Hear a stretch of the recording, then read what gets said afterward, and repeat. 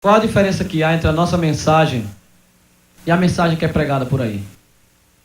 A diferença é que talvez nós possamos ter os mesmos instrumentos de voz e de som, mas a diferença está na ideologia que nós pregamos, na filosofia que nós falamos.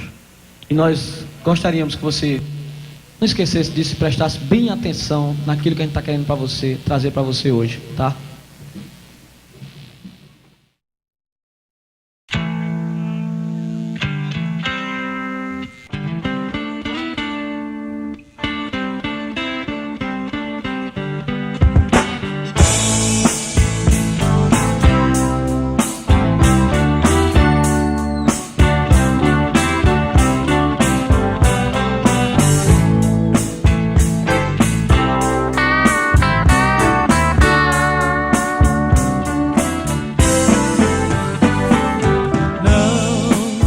Ninguém vai esquecer Bob Dylan ou John Lennon.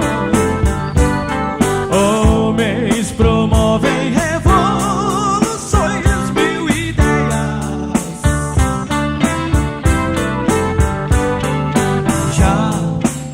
Já sabemos que as ideias e os sonhos evaporam.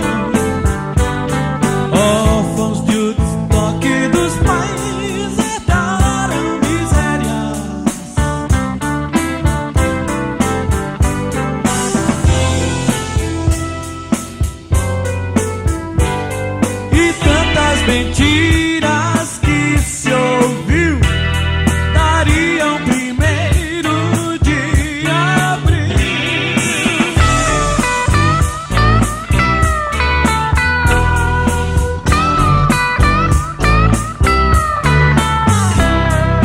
Eles queriam paz e amor do sonho de Lennon que acabou.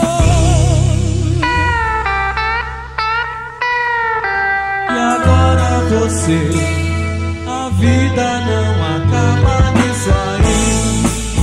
Não esqueça, você tem Jesus Cristo. Acredite, Ele é muito mais que revoluções, mil ideias.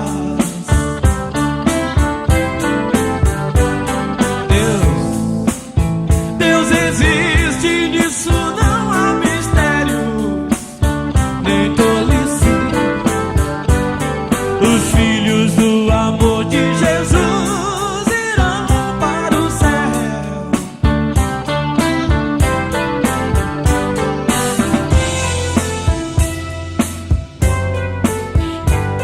E esta mensagem já se ouviu há mais de 1000 anos, mais de 1000.